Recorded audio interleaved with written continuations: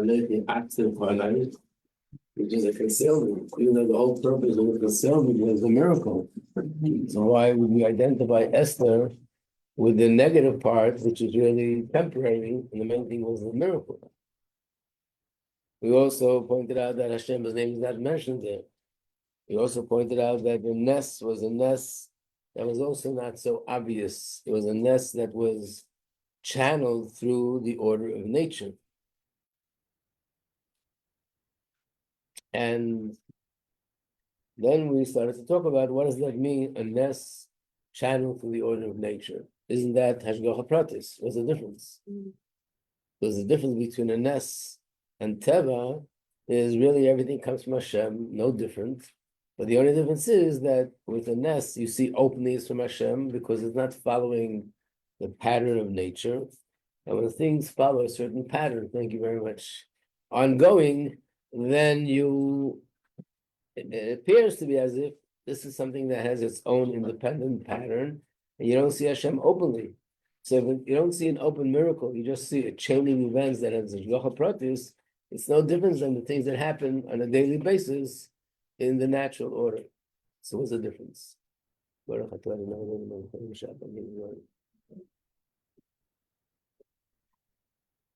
So we began to explain yesterday, didn't get too far, is that there's another difference between Nes and Teva. Not only the difference that a miracle is something where you openly see Hashem, and Nes, Teva is something where you don't see Hashem openly. That would mean that really they're both the same, except one is more obvious and one is less obvious. But the truth is, according to Chassidus, they're not both the same. What is the difference? The difference is, we know that the whole sort of spiritual realm is made up of the four spiritual worlds: Atzilus, Bria, Yetzirah, and Asiyah. Each spiritual world has 10 spheres. And we also know that everything that happens down here comes from up there. Whatever happens here, first it occurs up there, and then it occurs down here. In a way, just like the neshama and the guf. When a person does something, a person says something, a person acts in a certain way, it's a result of something they're experiencing internally. A certain thought, a certain feeling, a certain idea, an emotion, and as a result of that, they laugh. As a result of that, they're crying. As a result of that, they're running to do something, which means first things start inside, and then they manifest on the outside. But it's also more than that. Like, one of the ways of defining the 10 spheres in the four worlds is not just there's 10 spheres. These 10 spheres, this would be another way of putting it in today's language. This is the DNA of the entire creation. In other words, whatever we see here in the natural world, all the laws of science, which explain why things happen the way they happen, all this is the infrastructure that Hashem created in the 10 spheres. So when we say 10 spheres, it sounds like, oh, it's only 10. But each of these spheres contained millions and trillions and probably infinite details. And this is the source of all the details here in creation. But it's not just the details. The whole infrastructure of nature, fire has this nature, water has that nature, and there are these elements and those elements, and all the things which, like I said, every single one of the laws of nature, it's a result of the way Hashem structured the 10 spheres. That's where it all comes from.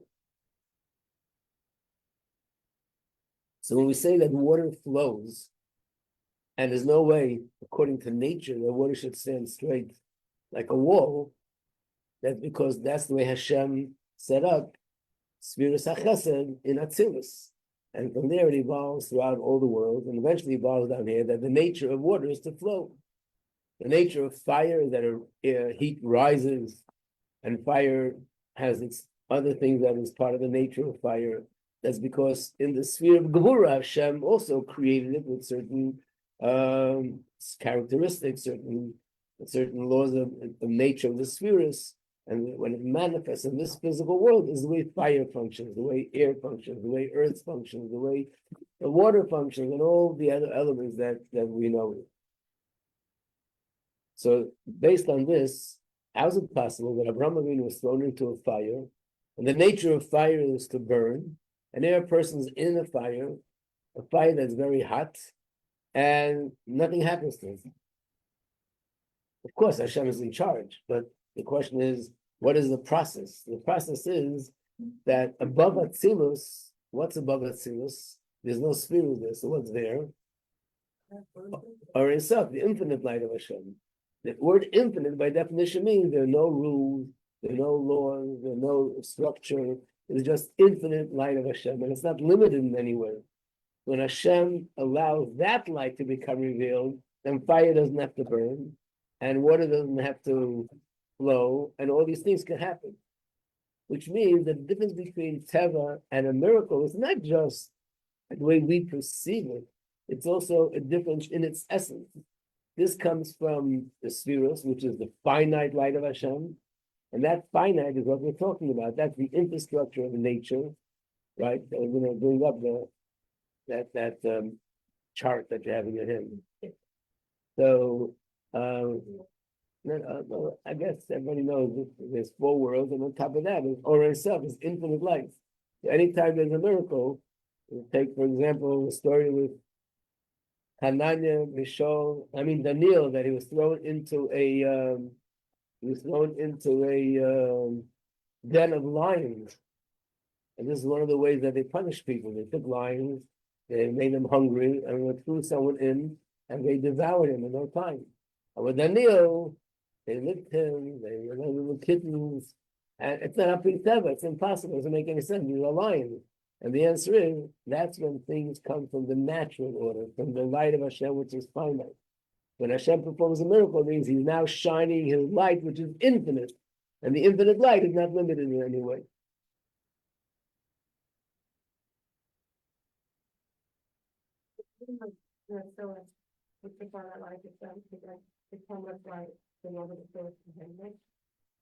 The finite light, right.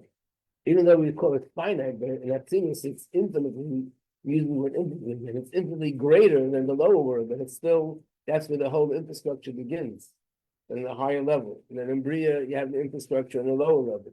In Yitzhak, you have that infrastructure on the lower level. When it comes to this physical world, this is the infrastructure of nature that we know, all the laws of nature, all the laws of science, that we know that's where it's coming from.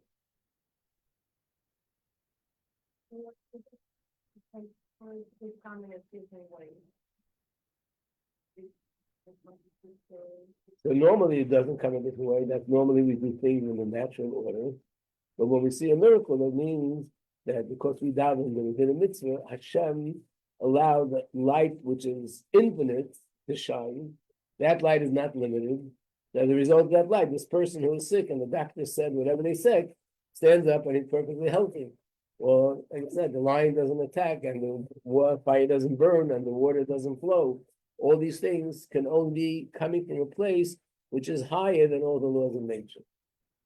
In other words, there's no laws of nature up there, that's true, but there's other laws, which are the structure of the spheres, which is the source of the laws of nature. So, and these are the same things we had in the minor. Mamala Kol Alman, remember? Seva Kol Alman. Mamala Kol Alman is the finite light. And that's the light that has this infrastructure. Seva Kol Alman, which is the infinite light, has no infrastructure. It's just infinite. No form, no shape. Not, of course, not begashmi, but not even spiritually. You can't define anything there. There's no rules and there's no laws, no limitations. Yeah. So, because it was a miracle, so it was Joe and so, like,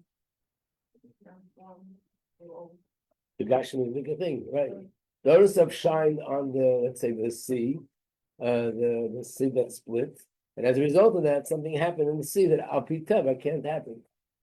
But it was seated now, the Purim. What do you mean Al Pi Teva now? And Purim was so it's Al Pi Teva, right? So what happened in Purim? So the answer is, this is the answer. And I didn't answer you, no. Okay. So this is the answer. Now that we understand that the definition of a miracle is not just the way we perceive it. The definition of a miracle is that it's coming from the infinite light. What happened in Purim was something very different. It was the infinite light that was shining, but it was channeled through the order of nature. And that's why it's called a miracle. In other words, we with our eyes would never know the difference. This is Alpi Teva, this is natural. And here you also see things happening in a natural way. But our sages let us know that what happened on Purim was really something that came from the infinite light of Hashem. So if it comes from the infinite, something should happen in the natural order that goes out of order. And the answer is because this was something that the infinite light of Hashem was channeled through the order of nature. And that is an indication that even within the infinite, it's a higher level of infinity. To make it a little bit visual, you look in the booklets, let's take a look at page number 36.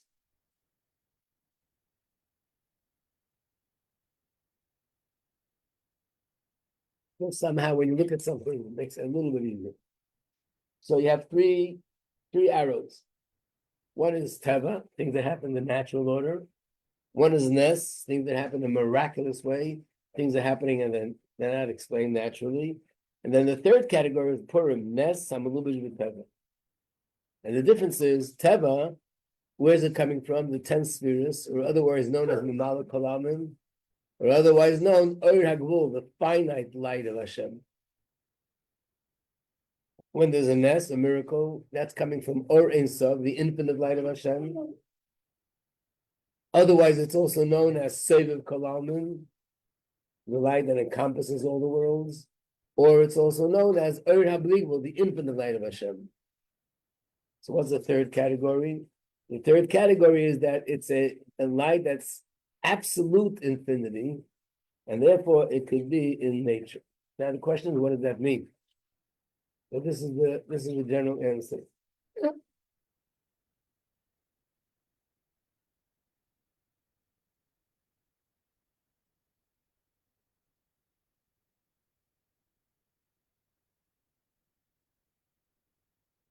So generally speaking, when we say there's a light that's infinite, infinite means it's not limited, but it has one limitation. What is it? It's not finite. And it can be in a finite place. Now the Gemara says, there's a Gemara that talks about dreams. And if you dream this, it means such and such. If you dream that, it means something else. One of the examples the Gemara gives about a dream is if someone dreams that a elephant goes through the hole in top of the needle head. The hole is very small, just for a thread. The elephant is a little bit bigger than that, and the elephant goes through. Imagine. So there are two possibilities how this can happen. Both are not natural. One possibility is that the hole of the needle opens up to the size of an elephant. Normally it would break. So the miracle would be that it doesn't break and the elephant goes right through.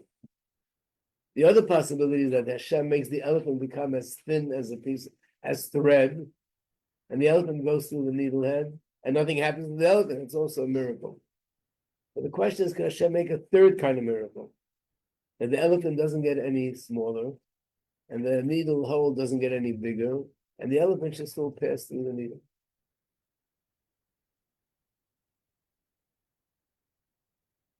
Most people say that sounds like just babble. It doesn't make any sense.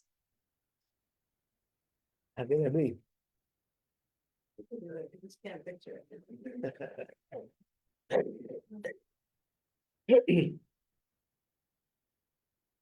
The Gemara says a person would never, some things you dream at night because he's thought about it by day. You have this kind of dream, meaning that people won't even imagine something by day, so therefore they're going to dream about it. The Gemara, by the way, doesn't talk about the third kind of elephant needlehead scenario. I'm not going into that. Just the idea that an elephant should go through the needlehead, the Gemara says no one would even imagine that, so therefore if they dream it at night, it must be coming from another place. But what I want to bring out is that an elephant which is finite, and the whole of a needle which is finite, but one is bigger than the other, it becomes inconceivable that the bigger one should pass through the smaller one. So how inconceivable is that infinite should be contained in a finite container. Impossible. And like I said, infinite has one limitation. It's not finite, so it can't be contained in a finite container. So therefore, what's brought out here, that there's another level, which is called in the infinite itself, which is even higher, that it's so infinite, it's not even limited by the fact that it's infinite. And yes, it's infinite, and it could be contained in something that's finite. Yeah. Is it coming from the toe or is it like this? This is coming from Oren Sub, which is not Toe, but this would be Keser. This would be the level which is called Keser. Keser is the crown.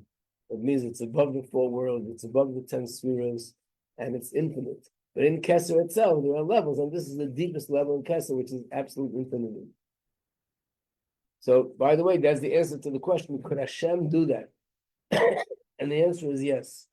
In other words, even this rule and this law of logic, that it's impossible, inconceivable, that infinite should go through finite, this itself is something Hashem created and he put it into the infrastructure of nature. But Hashem itself is not limited by that. Because if it would be, that would make Hashem limited in a certain way. So that means that Hashem creates a light which is infinite and that has its limitations. Hashem creates a light which is finite and that surely has limitations. But then there's a level of Or Sof, of infinite light, that's not even limited by being infinite. And that light, when that's revealed, it could be revealed and yet be contained in a finite container. How would that play out? That it's a miracle, but it's still contained and it's channeled through the natural order.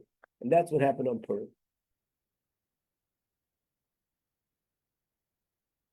It's such a whole process, just like clearly seeing Hashem's hand in nature. Yeah, Ashgacha Pratis is everything happening for nature, so it's coming from the finite. But Ashgacha Pratis means where I recognize that Hashem is leading it, even though it's all finite, but it's not happening random. It's not happening by itself. Yeah. The fact that I missed the bus, or the fact that I got this appointment, the fact that I was hired for this job, is Hashem was leading it. That's Ashgacha Pratis. But how is Hashem leading it? Through the order of nature. When a miracle, when something like Purim happens, that means that Hashem revealed a light which is infinite, and that was something which was channeled through the order of nature. So on one hand, it's a miracle. On the other hand, it's all happening in a natural order. Nothing in the order of nature went out of line. I just want to mention that there are certain, even Torah scholars, great Torah scholars, that argue, no, that even something like this, that sort of an elephant should go through the hole of a needle, even Hashem can't do that. It doesn't make any sense. But the Ramban and others say absolutely not. That would be limiting Hashem. But the Ramban also brings a proof from Chumash.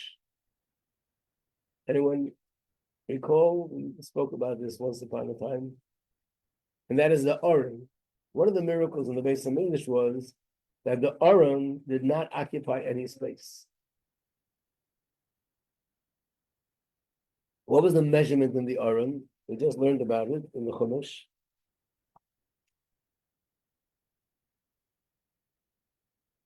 What?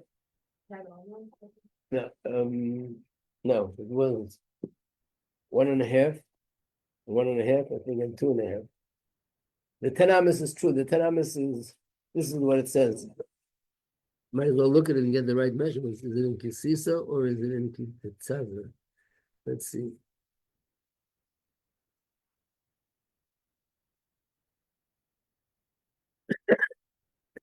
We're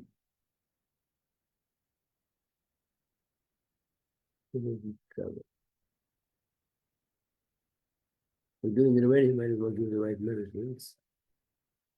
Yeah.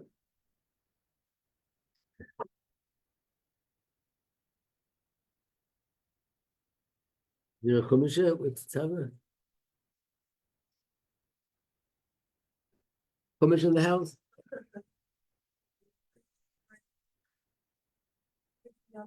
Okay, I think it said that it was 1.5.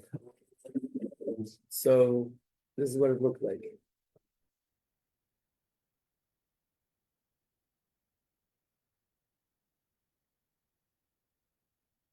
the room with the Kodesh HaKadoshim was 10. From here to here, and here, altogether was 10. But in this room was the Aron. And from right, the thing was 1.5 amos. So if you measure it from here to here, from here to here, it was 5 amos. That doesn't make any sense because it's 1.5. So this should be 5 minus this, and this should be 5 minus this. How could it be that from here to here is this, and from here to here is 5, and 5 if nothing exists there? It was a very quiet miracle. There was no noise, there was no thunder and lightning, but it was something that was in the room, and according to Torah, it really had a measurement, and yet it was as if it doesn't exist there. And Ramban says this is the nature, this is the miracle we're talking about. It's something which is infinite, that's why doesn't occupy space, and yet it's in the natural order. Nothing supernatural is happening in that room. If you take a measuring stick and you measure it, you'll see what's happening. But other than that, you don't see anything absolutely out of nature. So therefore, this is what's amazing about this light.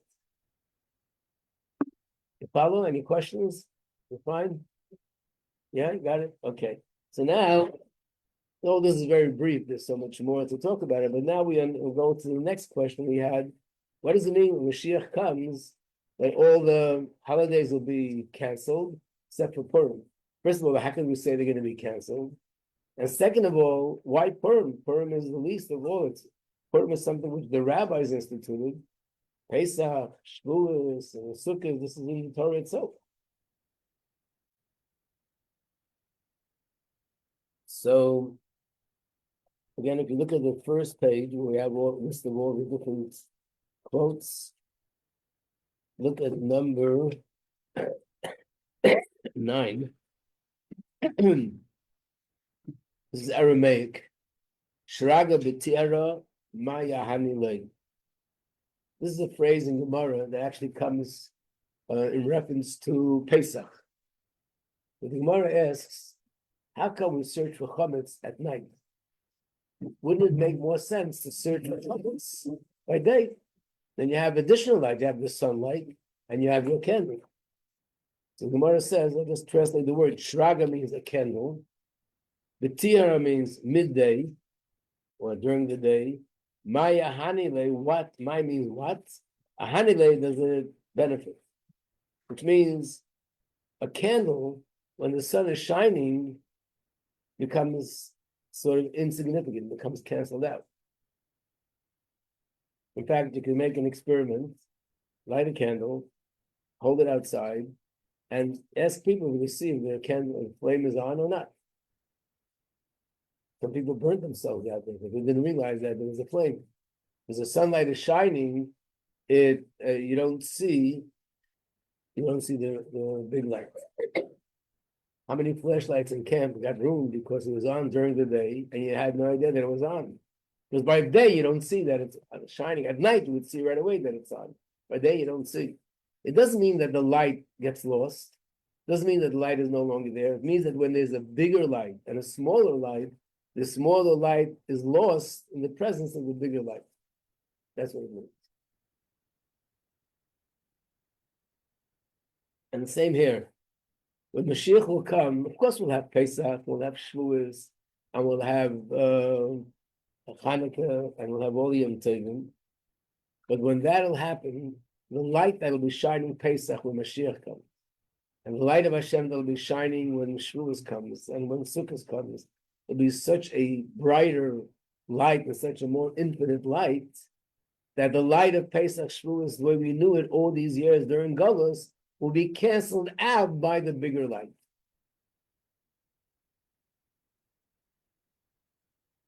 Again, it doesn't mean it won't exist. It just means that again, to use an example, let's use an example of the mimer we just learned about matzah. That when you speak to a child, not the child that he talks about in the mind. Let's take a 3-4-year-old child, and he says, "This is my tati, and this is my mommy." He knows what it is. Does he really know what a tati and a mommy are all about? When he becomes an adult, he understands what it means. What it means that they brought him into the world, how it happened, and what's the relationship, and what parents feel for a child. All these things, it's impossible for a little child to understand. And he has some interesting ideas in his head. In fact, children have interesting ideas in their head as a child perceives things. When you get older and you have a real understanding of the same subject, your childish perception is in a sense gone. It's taken over by the deeper understanding of the same subject. And of course, the same is going to be with our understanding of Torah. That when you understand something on such a deep, deep, deep level, that the way you understand it superficially, I always think of the example, I think you learned the Sikha. The Sikha of Rabbi Zera and Rabba. The Rabbi Zera and Rabba went to celebrate Purim together, and Rabba got drunk, and he killed Rabbi Zera. And then the next day, he prayed for him, and he became alive again. When you look at that Gemara, I mean, it's just shocking. How does that make any sense? On the surface, you're talking about Rabba, by the way, besides being a great Torah scholar, and besides being one of the greatest Torah scholars, more than that, he was the leader. He was the Moshe Rabbeinu of his generation. That's what it says in the Rambam. He was the recipient of Torah and the top authority of Torah in his generation. That's what happens when you get drunk. You shecht somebody.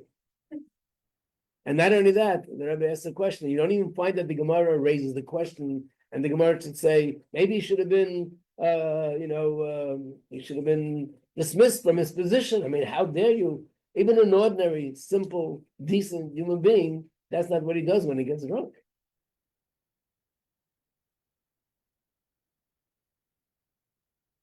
It's a long sikha, but I think if you learned it, then you might remember. The Rebbe explains that wine represents the hidden secrets of Torah.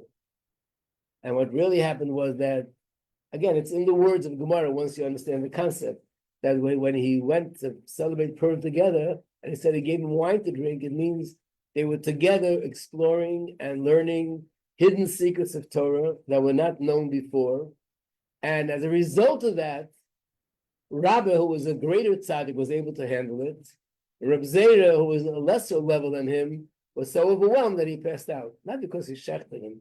It means that he was overcome with such love and such emotion, and the subject was so overwhelming that his body couldn't contain it, and Hashem left his body. So what happens, once I learned the deeper meaning of that story, the simple meaning is sort of canceled out. So, as the Rebbe explained, literally it did happen. They were sitting together, they were celebrating together, and he died, and he brought him back to life the next day. But it's not at all what you think happened. It's not that he got so drunk that he took a knife and he shechted him. It was a whole different story that was going on. But when you learn that, then the simple understanding of the story, again, we don't change the facts. We just change in the meaning of those facts. That what really happened was something much, much, much, much deeper. Like my story with the penny. Remember the story with the penny? No, I remind you. I once told you that a little boy came running into his parents' house and says, "Ma, I had no idea that our next door neighbor is so poor. I can't believe it. I can't believe it." And the mother says, "What makes you think they're so poor?" You should have seen what just happened. The baby swallowed a penny. The mother became hysterical. She turned white. She almost fainted. The father turned him upside down, was banging on his back to get the penny out again. They came to the conclusion it must be very poor. And just losing a penny is like devastating. Now, the truth is the facts are still the facts. They were hysterical. They tried to get the penny out and the baby type, but the meaning of what was going on was much deeper than what this little child could understand. And the same thing with everything in Chumash, everything in the Torah. And same thing with Yom Tov, the meaning of Sukkot, the meaning of Purim, the meaning of Hanukkah is so much deeper than what we see on the surface. So basically, being that we're saying now that this infinite light of Hashem that shines on Purim is different than all the other holidays, that's why when Mashiach comes, Purim won't be canceled out. because this light that shines on Purim, in a sense, is already similar to what's going to shine when Mashiach comes. It's going to be the absolute infinity, not the regular infinite light. And therefore, it won't be canceled out.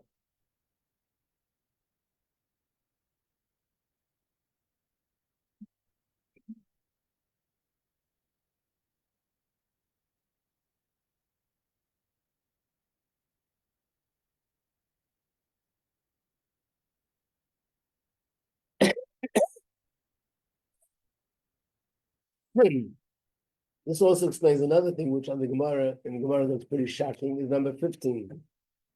This is the Gemara, the story that I just told you revolves around this quote. Chayev Adam Lipsumim B'Purim. Person is obligated. Lipsum means to drink on Purim. Not talking about drinking orange juice, but to drink wine or mashka. Adla Yada, to the point they don't know the difference between Ar Haman, cursed be Haman, and Baruch Mordechai, and blessed be Mordechai. How could the Torah ask someone to get so drunk that you don't know whether you should be cursing Haman or blessing him, and you don't know whether you should be blessing Mordechai or God forbid the opposite?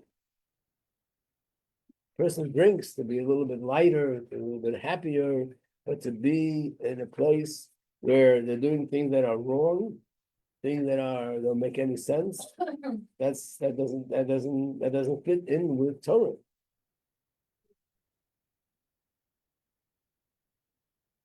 So basically, the way Chassidus explain, again, all this is just brief. And the Sikhs and my mom, they explain it at length. Being that the light that's shining on Purim is this absolute infinite light, that's why the way we can receive that light is also through being and acting in a way where we go out of our limitations. And that's why the Simcha of Purim is even greater than the Simcha of Yantiv. Again, Yantiv, it's a mitzvah in the Chumash where it says you have to be the Simcha, v'samachta v'chagecha. But Purim is midrabanan, the rabbis instituted. But the obligation to be the Simcha on Purim is way more than even Yantiv. In fact, it means that it's sort of a unlimited kind of joy. But what does it mean? You don't know the difference. It doesn't mean chas v'shalom, I don't know the difference. It means that my rejecting Haman and anything that represented by Haman, and my accepting Mordechai and everything that's represented by Mordechai is coming from a place which is lo yoda, higher than logic, higher than seichel, and deeper than seichel, and therefore it's coming from a place where in my soul it's also infinite. And that's why on Purim there has to be this simcha of Adar Yoda. Again, what does that mean? It means an unlimited simcha, that my joy and my excitement about Hashem should reach a place where it's not that I understand this, understand that. Beyond that, there's a place in my soul that's deeper than logic, which corresponds to the place in Hashem that's above nature that we just spoke about. Because everything in the Shema is a reflection of what's going on with Hashem. So Purim is a time that we have to bring that part out in us, and that's accomplished through Simcha, which knows no boundaries, Simcha that's unlimited. Right after that, number 16 is the quote from Chazal, "Meshenichnes yain yotza sod," which means when wine goes in, the secrets go out. Again, the simple meaning is when you take wine, your tongue gets loose, and secrets come out. In Yiddish, there's an expression. I think in English it might also fit. But in Yiddish, you say "Was ba nichtel auf dem Zung." Of a lung is bashikah of tzung, which means when somebody is sober, whatever is on your lung, when you take and you drink, it comes out on your tongue. In other words, when a person gets drunk, the secrets come out. But in Chassidus and Kabbalah, it says no, wine has something much deeper to it, and that's why they poured wine on the mizbeach. That's why wine is what we make kiddush on for Shabbos and Yontif at a wedding, and anything that's holy is always through drinking wine. Wine has a certain property that it brings out, number one, the hidden chambers of a person's soul, and it also helps reveal the hidden secrets of Hashem. And therefore, we find that great tzaddikim would drink wine, and to the eyes it looked like, oh, they're becoming chas v'shalom drunk, like in the story of Rabbi and Reb Zera. But in reality, they through the drinking of wine, that become exposed to something which is so much higher and so much deeper, and that's where all the joy comes from. That's where the simcha comes from.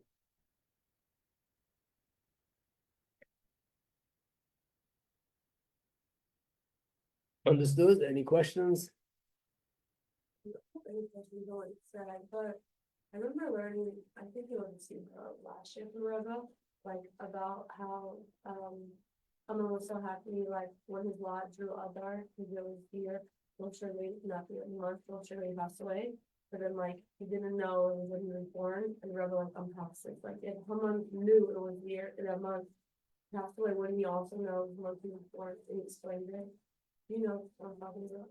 I remember the Rebbe's explanation was he knew that he was born, but he had no idea that will have an impact on changing. He knew that the day a person passes away is a significant day, but the day that a person is born, that's not important. And that he didn't know, that the birth of a person, the Rebbe made this campaign about celebrating birthdays. One of the sources, because generally speaking, most from communities, they don't celebrate birthdays. Mm-hmm. So when this comes up, people question it's an American thing to do. It's a Russian thing, an English thing, a French thing. It's not Jewish. It's not a new Torah anywhere. In the Shulchan Aruch celebrate a birthday. The Rebbe brings Purim as one of the sources. There's more sources. This is one of them that the Gemara says that in the merit of the fact that Moshe was born in Zion Adar, that was the merit that canceled out Haman's plans and the Yidden was saved. So we see that the birth of a person is very significant. It says that Amalek, when they attacked the Yidden, they also knew that. And they chose only people that had a birthday on that day to go fight the Yidden. Because the Mazel is the strongest. You know what Moshe Rabbeinu did? He switched the Mazalos up there. So it wouldn't be their Mazel on that day.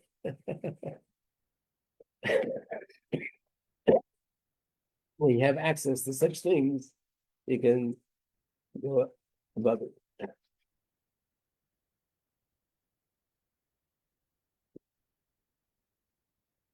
Okay.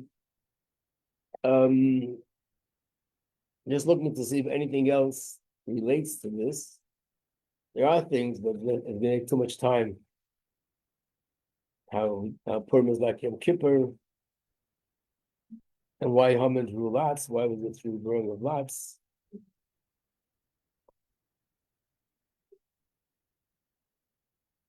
We'll take a 2-minute break, 3-minute break now, and then we'll do Mashiach Gula. But so happens to be that the class of Mashiach Gula is going to be in this doctrine as well. So hold on to it, and we'll soon show you what I'm talking about.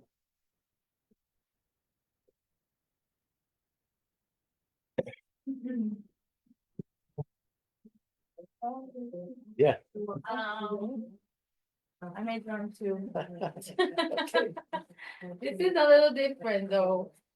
So you can take one for your wife. It's a little different. It's like kind of dough with chocolate and white chocolate. Okay, that's chocolate, then I'll be okay with it. Yeah. I'll take one, sure. No. Thank- Sure? Yeah. Okay. Thank you very much.